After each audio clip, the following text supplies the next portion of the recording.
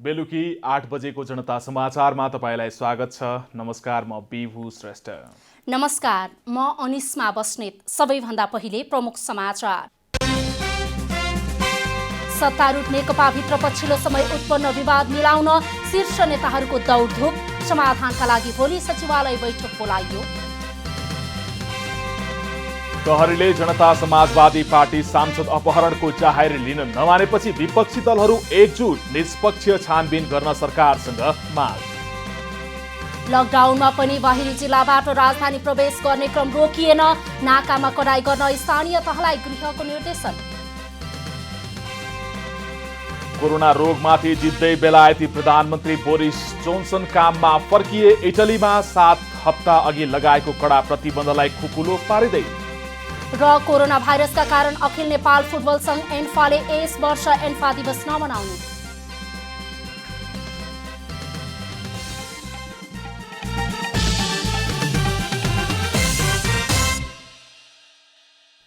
अब पूरा समाचार। सत्तारूढ दल नेपाल कम्युनिस्ट पार्टी नेकपामा जारी विवाद टुङ्ग्याउन सचिवालय बैठक बोलाउने सहमति भएको छ।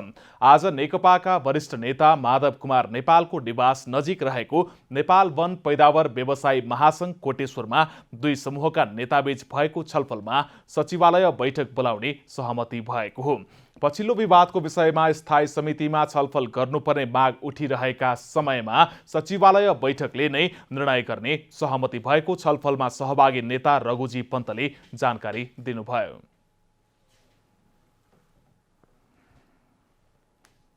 पार्टीभित्र अहिले जे समस्या उत्पन्न भएको छ, तपाईले सञ्चार माध्यममा पढि नै राख्नु भएको छ, ती समस्याहरूलाई कसरी समाधान गर्ने, पार्टीलाई कसरी एकताबद्ध बनाएर लैजाने भन्ने विषयमा एउटा अनौपचारिक कुराकानी हो। देखा परेको यो गतिरोधको समस्यालाई छिटोभन्दा छिटो समाधान गरिनुपर्छ र त्यो समाधान गर्नको लागि बैठक एउटा चाहिँ व्यवस्थित ढङ्गले यथाशीघ्र बैठक बोलाउनुपर्छ भन्ने कुरा हामीले राख्यौँ। सचिवालयको बैठक भोलि बस्छ होइन, र यो समस्याको निकास हामीले खोज्नुपर्छ र निकास पार्टी अध्यक्ष र प्रधानमन्त्रीको हैसियतमा अध्यक्ष कमलले निकास दिने हो। उहाँ हामी सबैको नेता पनि हो। छलफलमा उपप्रधानमन्त्री तथा रक्षा मन्त्री ईश्वर पोखरेल, नेकपा वरिष्ठ नेता माधव कुमार नेपाल, प्रदेश 5 का मुख्यमन्त्री शंकर पोखरेल, परराष्ट्र मन्त्री प्रदीप गेवाली, महासचिव विष्णु पौडेल, नेता भीम रावल र सुरेन्द्र पाण्डेको सहभागिता रहेको थियो। सांसद अपहरणको विषयमा अनुसन्धान गर्न विपक्षी 3 दलहरूले माग गरेका छन्। नेपाली कांग्रेस केन्द्रीय कार्यालय सानेपामा आज बसेको विपक्षी दलहरूको बैठकले जनकपुरबाट जनता समाजवादी पार्टीका सांसद डाक्टर सुरेन्द्र यादवलाई अपहरण गरी काठमाडौँ ल्याइएको विषयमा छानबिन गर्न माग गरेका हुन्। बैठकमा प्रमुख प्रतिपक्षी दल नेपाली कांग्रेस सहित जनता समाजवादी पार्टी र राष्ट्रिय प्रजातन्त्र पार्टीको सहभागिता रहेको थियो। सुरेन्द्र यादव अपहरण जुन काण्ड भएको छ, यसप्रति स्वदेश र विदेशमा रहेका सबै नेपाली यसबेला आक्रोशित छन्। बैठकले यो घटनाको भत्सर्ना गरेको छ र बैठकले अपिल गरेको छ सरकारलाई कि कानुनी कारबाहीको विषयलाई गम्भीरतापूर्वक अपराधमा संलग्नहरूलाई दण्डित गर्ने गरी बढाइयोस्। प्रधानमन्त्री समेत संलग्न भई सांसद अपहरण भएको विषयमा मुद्दा समेत दर्ता नगरिएपछि दलहरूबीच सरकार विरुद्ध कसरी एकसाथ अगाडि बढ्ने भन्ने विषयमा पनि बैठकमा छलफल भएको छ। नहुनुको कारण खोजी गर्ने, यसरी छलफल गर्ने, दबाब दिने र साझा मत निर्माण गर्ने र मुद्दा दर्ता गर्नुपर्छ भनेर अपिल गर्ने एउटा विषय हो। सरकारले त्यो नगरिरहँदै गर्दाखेरि राजनीतिक दलहरूले स्वाभाविक रूपमा आफ्नो दबाब दिने विषयलाई हामीले बढाएर जान्छौँ। आइतबार जनता समाजवादी पार्टीलाई महानगरीय प्रहरी कार्यालय टेकुले जाहेरी दर्ता गर्न महोत्तरीमा जान सुझाव दिएपछि आज दलहरूको बैठक बसेको हो। कोरोना भाइरस नियन्त्रणका लागि बाहिरी जिल्लाबाट काठमाडौँ प्रवेश गर्ने नाकामा झनै कडाई गरिएको छ। नाकामा 81 कडाई गरिँदा यात्रुहरूले निकै शास्ति बेहोर्नु परेको छ। यो दृश्य हो राजधानी प्रवेश गर्ने मुख्य नाका थानकोट।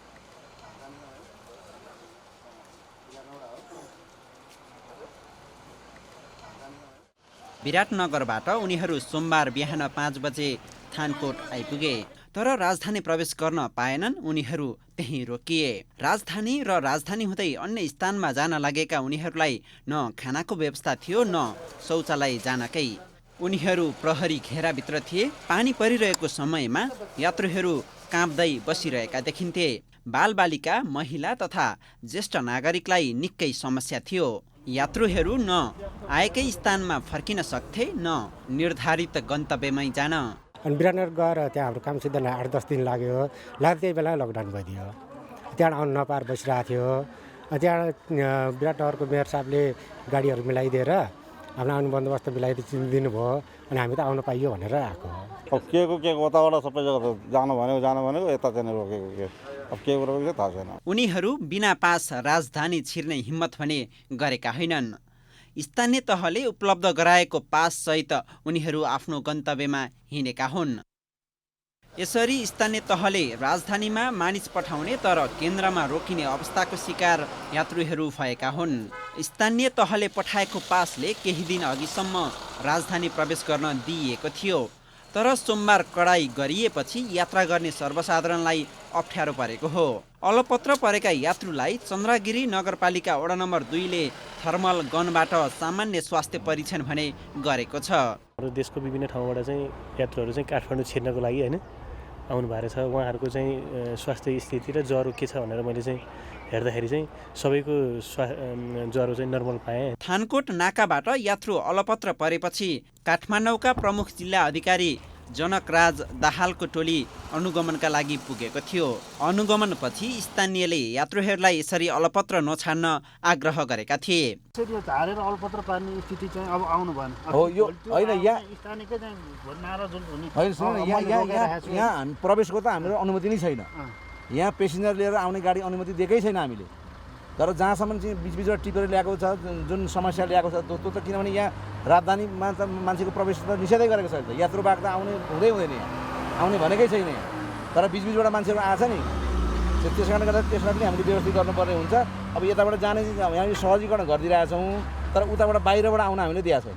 प्रमुख जिल्ला अधिकारी दाहालले नाका प्रवेशमा कडाई गर्न निर्देशन दिँदै थानकोटमा अलपत्र परेका करिब 150 यात्रुलाई जुन ठाउँबाट आएको उतै फर्काउने बताए। होइन हामी फर्काइदिन्छौँ, जहाँबाट आउनुभएको छ त्यहीँ फर्काइदिन्छौँ हाम्रो त्यही बस है त ल। कोरोना भाइरस नियन्त्रणका लागि सरकारले घोषणा गरेको लकडाउनको नागरिकले पालना गर्नु जरुरी छ। तर सरकारी निकाय बीच नै समन्वय नहुँदा सर्वसाधारणले दुःख भने पाइरहेका छन्। अहिले यो थानकोट नाकामा यसरी अल्झिराख्नु भएको छ। उहाँहरूलाई कहाँ राख्ने, कसरी राख्ने, के खुवाउने भन्ने कुराहरूको किन निर्क्युल भइसकेको अवस्था छैन। बिहानदेखि आएर अल्झिएर न उहाँहरू घर जान सक्नुभएको छ, न क्वारेन्टाइनमा राख्ने कुनै त्यस्तो निश्चित भइसकेको छ। त्यसै कारण पनि उहाँहरू निकै समस्यामा परिरहनु भएको यो अवस्थालाई भने तत्काल समाधान गरिनु जरुरी छ। क्यामेरा पर्सन कुमार मानन्दरका साथ रिपोर्टर ऋषि खतिवडा, थानकोट। सरकारले निजी प्रयोगशालाबाट पनि कोरोना भाइरसको परीक्षण गर्ने बाटो खोलेको छ। परीक्षण सम्बन्धी मापदण्ड निर्देशिका जारी गर्दै सरकारले कोरोना परीक्षण निजी प्रयोगशालाले पनि गर्न सक्ने बाटो खोलेको हो। सरकारले बनाएको मापदण्ड अनुसार प्रयोगशाला निर्माण गरी स्वास्थ्य तथा जनसङ्ख्या मन्त्रालयबाट छुट्टै अनुमति लिएर निजी प्रयोगशालाले पनि परीक्षण गर्न सक्नेछन्। रेड जोनमा परेका व्यक्तिहरूको कुल सङ्ख्या 304 पुगेको छ। उहाँहरूको हाम्रो एपिडेमियोलोजी तथा रोग नियन्त्रण महाशाखा र प्रदेशका स्वास्थ्य निकायहरूबाट अनुगमन फलोअप भइरहेको छ। यस्तै सोमबारबाट राप्ती स्वास्थ्य विज्ञान प्रतिष्ठानमा पनि पीसीआर परीक्षण सुरु भएको छ। यो सँगै नेपालमा विभिन्न 16 स्थानमा पीसीआर विधिबाट कोरोना परीक्षण भइरहेको छ। प्रदेश नम्बर 1 ले कोरोना परीक्षणका लागि बीपी कोइराला स्वास्थ्य विज्ञान प्रतिष्ठानमा 100 बेडको अस्पताल सञ्चालनमा ल्याएको छ। नेपालमा संक्रमितको संख्या 52 जना पुगेको छ। अहिले सबैभन्दा बढी विराटनगरमा 31 जना उपचाररत रहेका छन्। यसरी वीरगञ्जमा 3 तथा भरतपुर र कैलालीमा 1-1 जना उपचाररत रहेका छन्। कुल संक्रमितको संख्या 52 हो, जसमध्ये 16 जना निको भई घर फर्किसक्नु भएको छ भने हाल धनगढीमा 1 जना, वीरगञ्जमा हिजो थप 2 जना सहित जम्मा 3 जना, भरतपुरमा 1 जना र विराटनगरमा हिजो थप 1 जना सहित जम्मा 31 जना गरी कुल 36 जनाको उपचार यी अस्पतालहरूमा भइरहेको छ। सबै सङ्क्रमितहरूको स्वास्थ्य स्थिति सामान्य रहेको छ। अहिलेसम्म 16 जना संक्रमित उपचारपछि निको भएर घर फर्किसकेका छन्। आजसम्म 53,534 जनाको नमुना परीक्षण गरिएको छ। पीसीआर विधिबाट 10,471 र आरडीटी विधिबाट 43,083 जनाको परीक्षण गरिएको हो। पछिल्लो 24 घण्टामा 2,184 जनाको नमुना परीक्षण गरिएको छ। सबैभन्दा बढी सुदूरपश्चिम प्रदेशमा आरडीटी परीक्षण भएको छ। त्यहाँ 11,961 वटा परीक्षण भएका छन्। हालसम्म हाम्रो कुल परीक्षण 53,534 पुगेको छ, जसमध्ये पीसीआर प्रविधिबाट गरिएको नमुना परीक्षणको सङ्ख्या 10,471 छ। यसैगरी आरडीटी विधिबाट गरिएको नमुना परीक्षणको सङ्ख्या 43,063 छ। गत 24 घण्टामा 2,184 जनाको परीक्षण भएको छ। सुदूरपश्चिम प्रदेशमा 11,961 वटा जम्मा आरडीटीका परीक्षणहरू भएका छन्। यसरी जम्मा परीक्षण 43,063 पुगेको छ। यसैगरी प्रदेश नम्बर 1 मा 4,545, प्रदेश नम्बर 2 मा 5,208 र बागमती प्रदेशमा 7,626 वटा परीक्षण भएका छन्। गण्डकी प्रदेशमा 4,924, प्रदेश नम्बर 5 मा 3,471 र कर्णाली प्रदेशमा 5,128 आरडीटी परीक्षण भएको मन्त्रालयले जनाएको छ। अहिले 20,195 जना देशभरको क्वारेन्टाइनमा रहेका छन्। कोरोना भाइरसको सन्तासले अस्पतालले ज्वरोका बिरामीलाई भर्ना लिन मानेका छैनन्, जसका कारण बिरामी र उनका आफन्तले शारीरिक र मानसिक पीडा भोग्नु परेको छ। 15 दिनदेखि ज्वरोले थलिएकी 10 वर्षीय आफ्नी बहिनी नाजरिन खातुनको उपचारको लागि वीरगञ्जको गण्डक अस्पताल पुगेका रियाज खान अस्पतालमा उनको उपचार नहुँदा निराश भए। गण्डक अस्पतालले आफूसँग आइसियु नभएको भन्दै भरतपुर जान सल्लाह दिएपछि उनी बिरामी बहिनी बोकेर भरतपुर पुगे। त्यहाँ पनि अस्पतालले ज्वरोको बिरामी भर्ना लिन नमानेपछि उनको निराशा झनै बढ्यो। भरतपुरका निजी र सरकारी अस्पताल सबै चाहेका खातुनलाई अस्पतालले रगतको अभाव, आइसियु उपकरण नभएको बहाना बनाएर फिर्ता पठायो। हेल्थकेयरमा गएको थियो वीरगञ्ज बहुवरीमा कि त्यो चाहिँ यहाँ कन्ट्रोल हुँदैन, तपाईँ भरतपुर लिएर जानु। मैले भरतपुर गएँ। भरतपुर जाँदा सबैले भन्नुभएको थियो कि त्यहाँ आइसियुको सुविधा छैन रे, यसै कारण हामीले भरतपुरबाट फर्काइदिए थियो। हामी हेटौडामा आएर अहिले उपचार गराइरहेको। बिरामी बहिनी बोकेर घर फर्कन लाग्दा बीचमै हेटौडा अस्पताल छिरेपछि भने अस्पतालले बहिनीको उपचारका लागि भर्ना लिँदा उनी निकै खुसी भए। बिरामी बहिनीको उपचारका लागि 3 दिनसम्म विभिन्न अस्पताल धाउँदा हेटौडा अस्पतालले भर्ना लिएपछि भने उनी ढुक्क देखिएका छन्। उनले हेटौडा अस्पताल प्रशासन र यहाँका चिकित्सकहरूले देखाएको मानवीयताको प्रशंसा नै गरेका छन्। पर्सा जिल्ला कालीमाई गाउँपालिका 2 की 10 वर्षीय नाजरिन खातुनलाई अहिले हेटौडा अस्पतालले भर्ना लिएर उपचार गरिरहेको छ। उनको शरीरमा प्लेटलेट्स WBC निकै कम भइसकेको थियो। उपचारमा संलग्न डाक्टर राजु सेडाईका अनुसार उनलाई एप्लास्टिक एनेमिया भएको छ। नाजरिनको शरीरमा रगत उत्पादन नभएको र रगतमा हेमोग्लोबिन प्लेटलेट्सको कमी भएको डाक्टरले बताएका छन्। शरीरमा हेमोग्लोबिनको मात्रा एकदमै कम 2 रहेछ। कमसेकम पनि नर्मल मात्रा भनेको 14-15 जति हुनुपर्छ। 2 हेमोग्लोबिन रहेछ र टोटल काउन्ट हुन्छ जुन 4000 हुनुपर्छ कमसेकम मिनिमम पनि 1800 र प्लेटलेट भनेको हुन्छ र त्यसको मात्रा मिनिमम 1.5 लाख हुनुपर्छ, उसको 15,000 मात्रै छ भने यो हेर्दा एकदमै सिरियस अवस्थामा रहेको पायौँ। बिरामीकै औषधि उपचारका लागि खोलिएका निजी र सरकारी अस्पतालबाट उपचार सेवा नपाउने वातावरणको अन्त्य गर्न सरकारले तदारुकता देखाउन जरुरी छ। मकवानपुरबाट पुष्पराज अधिकारीको रिपोर्ट।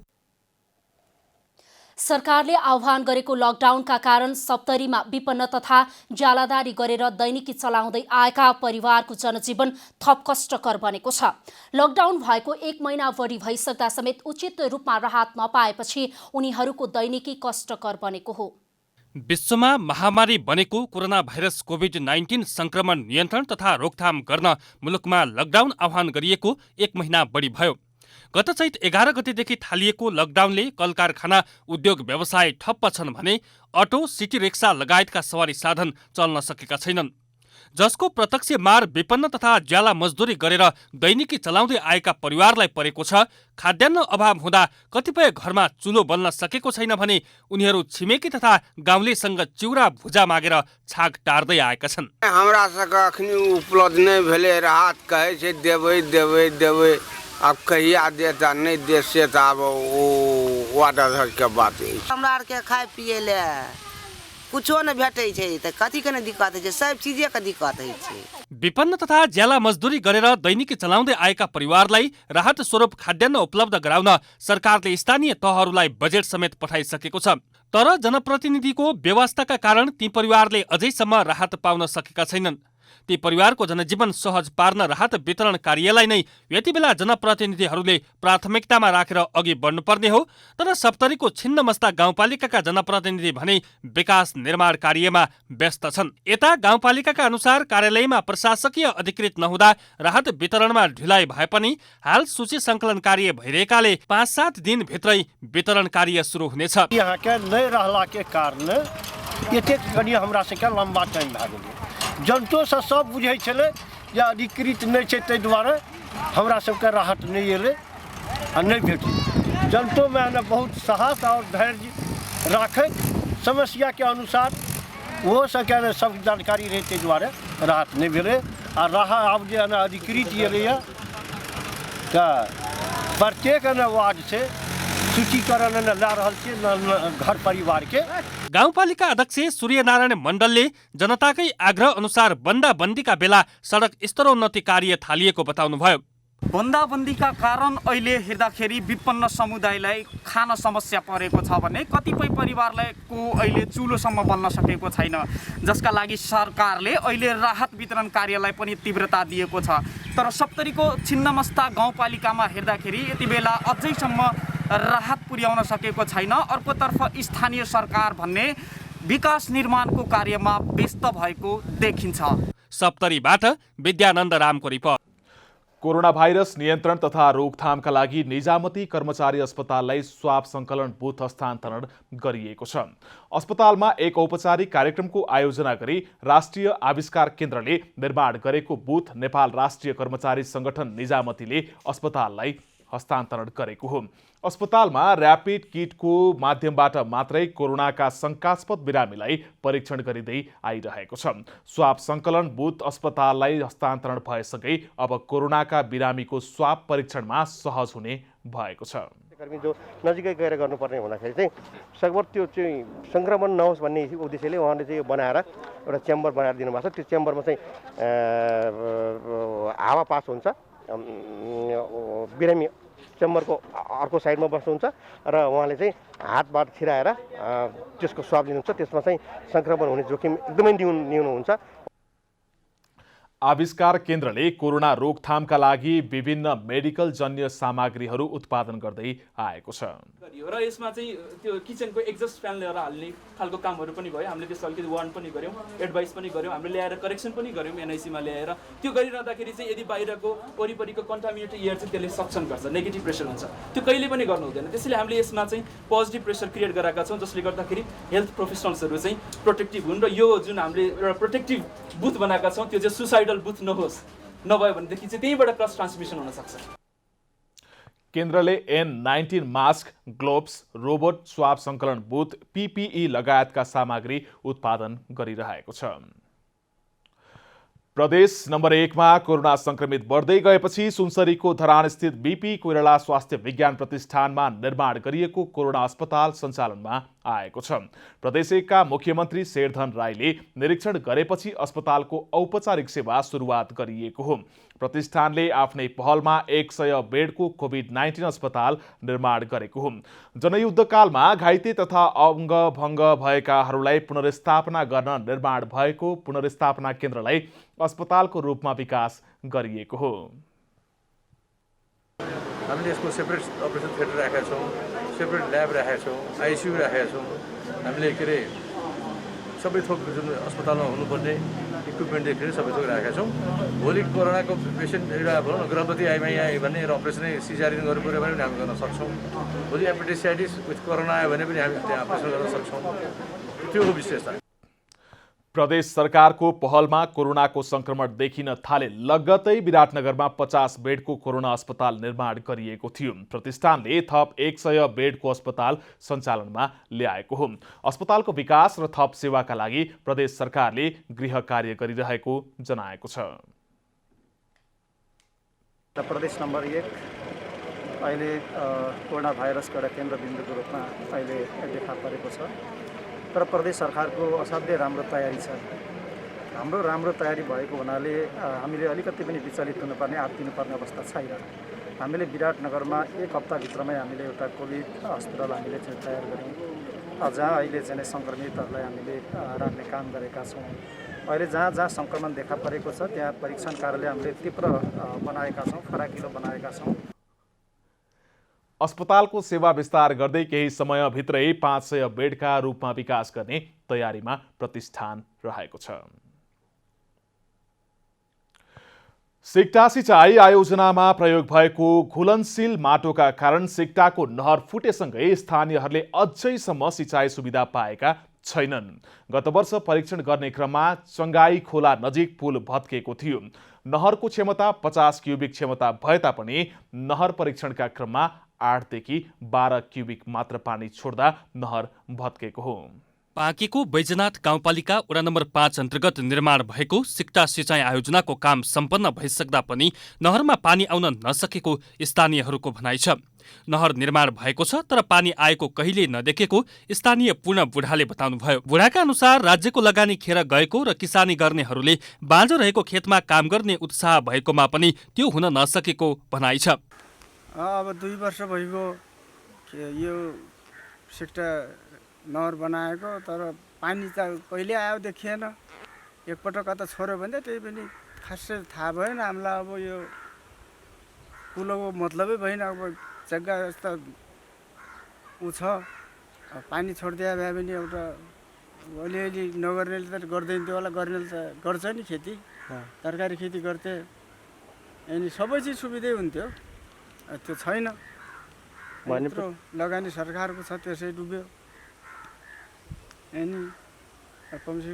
बैजनाथ गाउँपालिकाका स्थानीयहरू यति बेला सिक्टाको नहरमा जम्मा भएको पानी बोरिङ लगाएर बारीमा सिँचाइ गरिरहेका छन् भने टाढा हुनेहरू आकाशे पानीको भर पर्छन्। नाला चाहिँ बनेको 1 वर्ष भन्दा नि अलि बढी भइसक्यो हुन त, तर यो शाखा नहरहरू चाहिँ बनाएको छैन। साइडमा जाने शाखा नहरहरू चाहिँ बनाएको छैन कि मेन अब राप्तीबाट सिधा आएको एउटा मेन नहर मात्र बनाएको छ। अहिलेसम्म पानी चाहिँ छोडेको छैन त्यहाँबाट। यसमा अलिअलि अब बर्खामा र पानी परेको बेलामा जम्मा भएको पानीहरू चाहिँ अब नजिकको मान्छेहरूले मेसिनहरू लगाएर पम्पसेटहरू लगाएर तानेर सिँचाइ चाहिँ गर्छ। त्यही पनि अब जम्मा भएको पानी हो, उता नदीबाट चाहिँ छोडेको छैन। पुरा नभएर कि अब बनाउँदा नि कतिपय ठाउँहरू फेरि बिग्रिसकेका छ, नहरहरू फेरि मेन्टेनेन्स गर्नुपर्ने भइसकेको छ। अहिलेसम्म पानी चाहिँ आएको छैन। जोस् वडा कार्यालयले पनि सिक्टालाई चाँडै सञ्चालनमा ल्याउन ताकेता गरिरहेको जनाएको छ। र पनि यो एकपटक मात्रै पानी छोडेको अवस्था थियो र पानी छोड्दा हाम्रो भन्दा पूर्वतिर झन्डै यो हाम्रो हिजोको कम्दी गाउँ विकास समितितिर त्यतातिर चाहिँ यो सिक्टाको नहर फुट्यो र किसानहरूले पानी सिँचाइ गर्न पाउनु भएको अवस्था छैन। फेरि पनि छ के भन्दा हाम्रा यहाँका जनताहरूले जसको नहरमा जोडिएका जग्गा जमिनहरू छन् त्यसमा चाहिँ पम्पसेटबाट पनि सिँचित गरेर गहुँ खेतीहरू गरेको अवस्था छ। सिक्टा सिँचाइ आयोजनाको पश्चिम नहरको सबै निर्माण कार्य सम्पन्न भइसकेको र नहरबाट शाखा नहरहरू निर्माण गर्न बाँकी रहेकाले यसै वर्षबाट नहरमा पानी छाडिने अपेक्षा लिएको छ।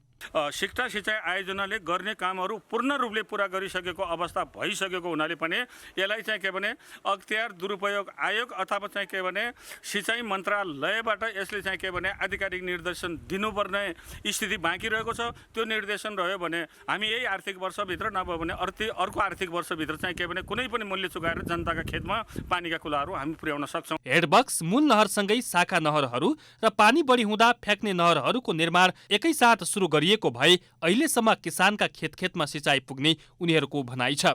बाँकेबाट रविन्द्र सिंह ठकुरीको रिपोर्ट। साइबर अपराध आरोपमा पक्राउ पर्नुभएका पूर्व सचिव भीम उपाध्यायलाई काठमाडौँ जिल्ला अदालतले 25,000 रुपियाँ धरौटीमा छाड्न आदेश दिएको छ।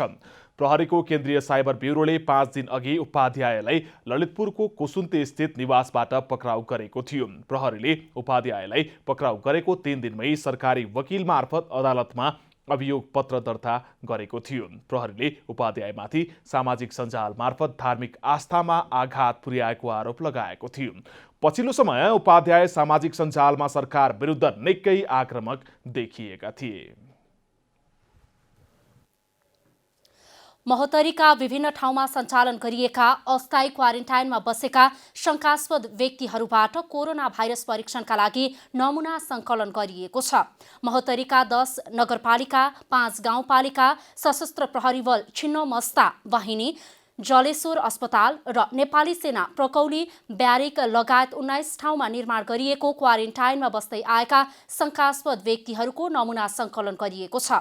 पिपराको क्वारेन्टाइनमा 4 जना, जलेश्वर क्वारेन्टाइनमा 11, गौशाला नगरपालिकाको नवराजपुरमा 12 तथा गौशालाकै त्रिभुवन माविमा सञ्चालित क्वारेन्टाइनमा बसेका 7 जना गरी 34 जनाको नमुना सङ्कलन गरिएको हो।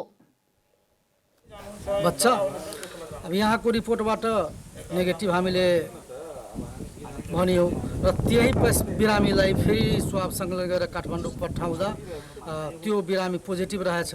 त्यो भ्रम र के भन्छ भ्रमको हिसाबले नेपाल सरकारले यो 2 नम्बर प्रदेशलाई यो फोकसमै राखेर यो हाम्रो 3 तहकै सङ्गठन नेपाली सेना र अर्को हाम्रो स्वास्थ्य मन्त्रालयको योजना अनुरूप हामीले यो 2 नम्बर प्रदेशलाई उसमा राखेका छौँ।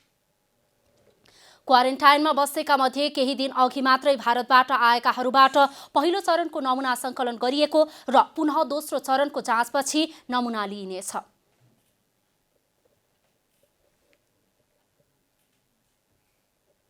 स्वाब परीक्षण गराएर यो सेम्पल राष्ट्रिय प्रयोगशाला जुन हाम्रो जनस्वास्थ्य प्रयोगशाला काठमाडौँ छ, काठमाडौँ लग्ने कामहरू हुन्छ र त्यहाँबाट नतिजा आइसकेपछि बल्ल उहाँहरूलाई हामीले के भन्छ डिस्चार्ज गर्ने वा थप होम क्वारेन्टाइनमा राख्ने वा कहाँ के गर्ने व्यवस्थापन जुन कोभिड-19 को प्रोटोकल अनुसारको जुन व्यवस्थापन गर्नुपर्ने छ त्यो व्यवस्थापन अनुसार उहाँहरूलाई हामीले प्रबन्ध मिलाउँछौँ। नेपाल सरकार स्वास्थ्य जनसङ्ख्या मन्त्रालय र सामाजिक विकास मन्त्रालयको जोइन्ट भेन्चरमा यो जिल्लामा एकदम जोखिमपूर्ण रहेको क्वारेन्टाइनहरूमध्ये जोखिमपूर्ण रहेका व्यक्तिहरूको शङ्कास्पद व्यक्तिहरूको स्वाब लिनको लागि टोली जुन खटेर आउनुभएको छ, स्वाब कलेक्सन गर्ने टोली।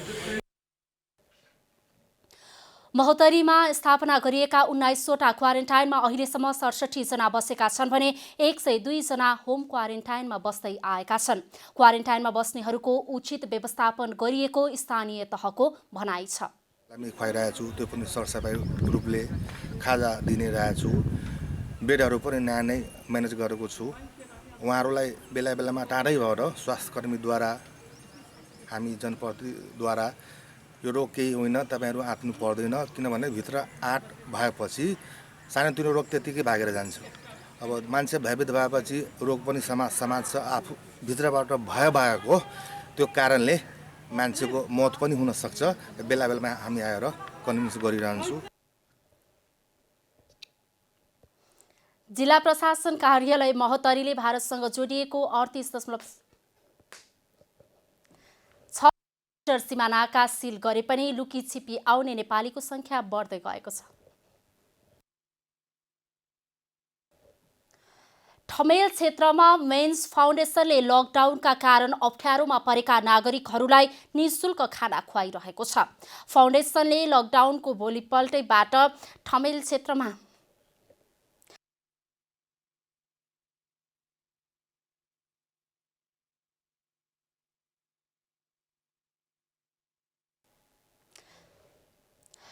ठमेल क्षेत्रमा अप्ठ्यारोमा परेका स्वदेशी तथा विदेशी नागरिकहरूलाई निःशुल्क खाना खुवाउँदै आएको हो। प्रतिदिन 200 जनालाई खानामा बिरयानी खुवाइरहेको छ।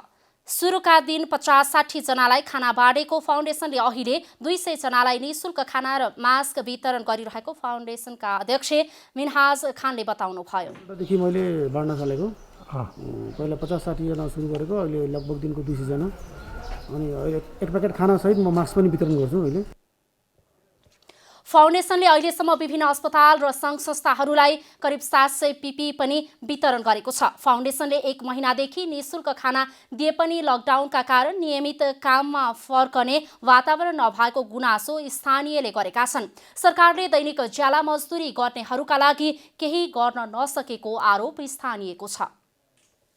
थमेल आइपुगे पछाडि चाहिँ अलिकति गाह्रो भइरहेको थियो यो फुडिङ एन्ड लजिङको लागि, तर अनफर्चुनेटली थमेलमा पाइहाल्यो। सो लकडाउनको इमिडिएटली भोलिदेखि चाहिँ मैले यो ठाउँबाट फुड फ्री सर्भिस पाइरहेको छु, मेन्स फाउन्डेसनबाट हो। सरकारले आइतबार मात्रै लकडाउनको समय वैशाख 25 गतेसम्मका लागि थपेको छ, जसका कारण दैनिक ज्यालादारी गर्ने श्रमिकहरू समस्यामा परेका छन्। अब आर्थिक समाचार।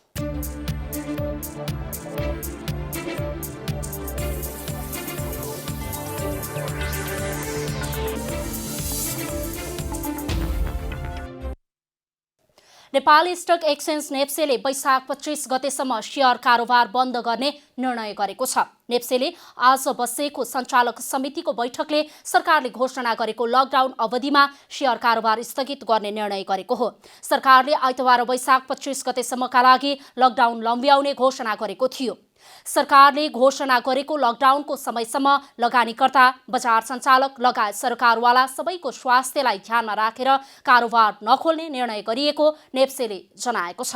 धितोपत्र सूचीकरण तथा कारोबार नियमावली 2075 को दफा 21 मा प्राकृतिक प्रकोप, राष्ट्रिय सङ्कट वा काबु बाहिरको परिस्थिति आइपरेमा नेप्सेले धितोपत्र बोर्डलाई जानकारी दिई कारोबार प्रणाली सञ्चालन निश्चित समयका लागि स्थगन गर्न सक्ने व्यवस्था गरिएको छ। उक्त व्यवस्थालाई टेकेर कारोबार बन्द गरिएको नेप्सेले जनाएको छ। लकडाउनका कारण तरकारीजन्य वस्तु बिक्री नभएपछि रूपन्देहीको शुद्धधन गाउँपालिका वडा नम्बर 1 बेलवाका किसानहरू मर्कामा परेका छन्। सिङ्गो गाउँ नै कृषिमा होमिएको बेलामा उत्पादन भएको तरकारी सहज रूपमा बजारीकरण नहुँदा किसानहरू मर्कामा परेका हुन्। तरकारी बिक्री गरेर जीविकोपार्जन गर्ने शुद्धधन गाउँका किसानहरूले उत्पादन भएको कृषिजन्य वस्तु बजारमा पठाउन पाएका छैनन्। लकडाउनको अवधिभन्दा पहिला गाउँमा उत्पादन भएको तरकारी बुटवलको हाट बजार लगायतका स्थानहरूमा लगेर बिक्री वितरण गर्दै आएका थिए, तर अहिले तरकारी बारीमै छ। अब हमन के घेरमला र भिंडी त्यो बोड़ी करेला त्यो टमाटर सबै में हमन के घाटा घाटा बा एकदम। हमन के केहू देखे वाला नहीं बा कि मतलब हमन के घाटा लगाता किसाने का। हमन के 10 कट्ठा खेते में हमन के अब 7 परिवार जिया के बड़ी मुश्किल आ गई बा। हमन के और धन गहूँ तो कोनो बा नहीं व्यवस्था। सर हामीलाई धेरै समस्या छ। यो बेच बिखन गर्नलाई यस्तो लगानी लगाएर हामीले बेच्न पाइए छैन, बजारमा जान पाइए छैन। अनि गाउँपालिकाले पनि केही सहयोग गरेको जस्तो लाग्दैन अहिलेसम्म हामीलाई। जस्तै यो बेच्ने हामीलाई केही व्यवस्था मिलाइदिएको भए हामीलाई झन् सजिलो हुन्छ यति यति लगानी हालेर।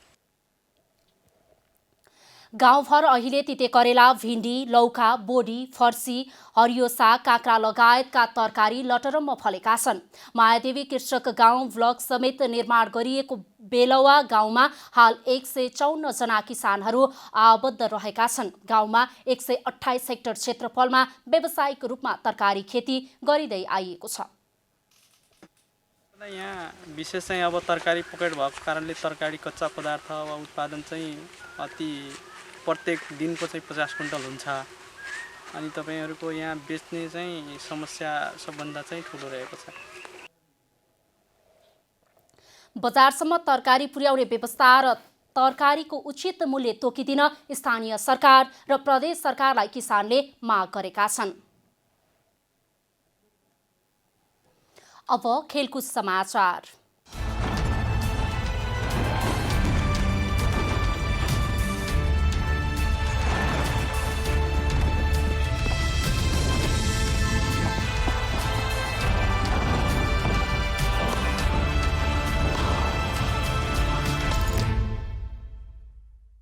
नेपाली फुटबलको सर्वोच्च निकाय अखिल नेपाल फुटबल सङ्घ एन्फाले यस वर्ष एन्फा दिवस नमनाउने भएको छ।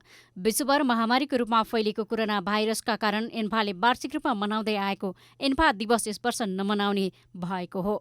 एन्फाले गत वर्षबाट वैशाख 22 गतेलाई एन्फा दिवसको रूपमा मनाउन थालेको थियो। क्यालेन्डरमा समावेश गर्दै वार्षिक रूपमा एन्फा दिवस मनाउने बताएको एन्फाले कोरोनाको कारण यसपटक रोकिने जनाएको छ। गत वर्ष एन्फाले आफ्नो दिवसको अवसरमा फुटबलमा विशेष योगदान पुर्याएको भन्दै विभिन्न विधामा खेलाडीहरूलाई सम्मान गरेको थियो। अब मौसम समाचार।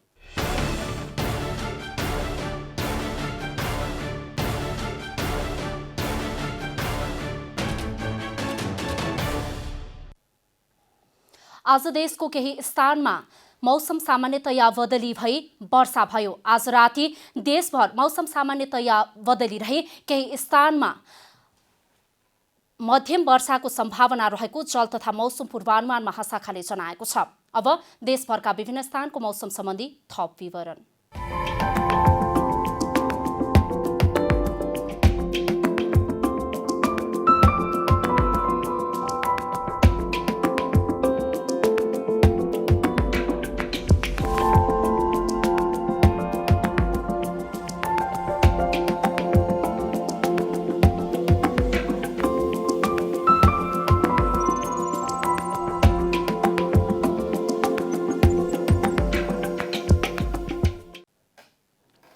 अन्त्यमा आजको डायरी।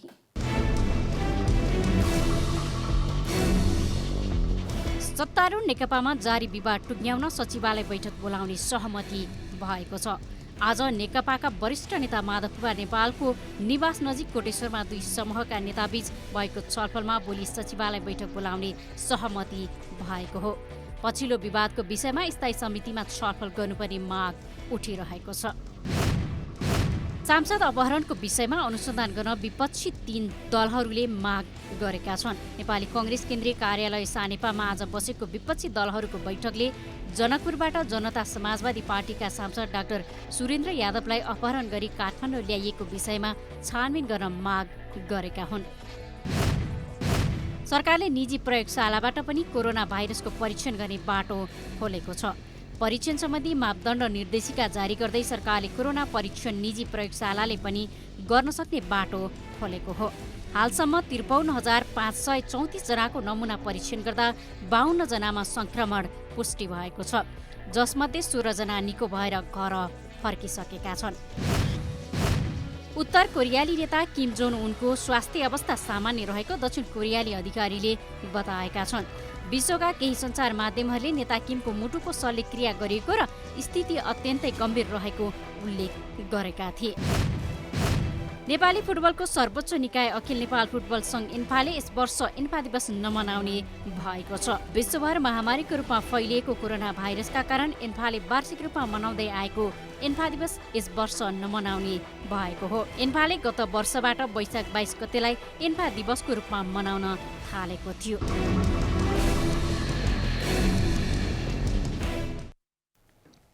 जनता समाचार अहिलेलाई यति नै। जनताद्वारा जनताका लागि प्रसारित जनता टेलिभिजनका कार्यक्रमहरू युट्युब, ट्विटर, फेसबुक र हाम्रो वेबसाइट जनतासमाचार.com मा पनि पढ्न र हेर्न सक्नुहुनेछ।